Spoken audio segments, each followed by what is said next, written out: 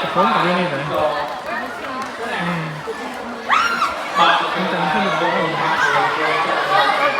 บฮะ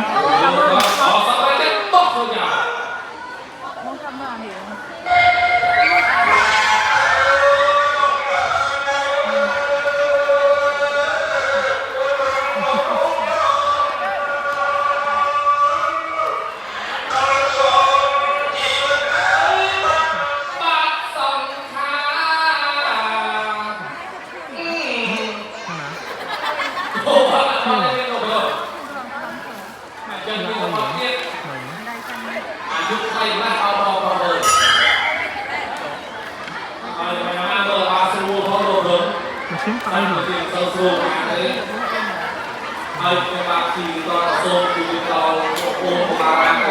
มันมาได้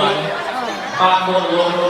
โยนมาแล้วก็นักตัวมันสับเติมไปการที่โดนไปโดนตู้สนามลูกบางโซ่ตาโดนเสียสกัดหรือแม่โซ่ตาปุ่มสไลด์โผล่กับตัวก็คือเวลาเรา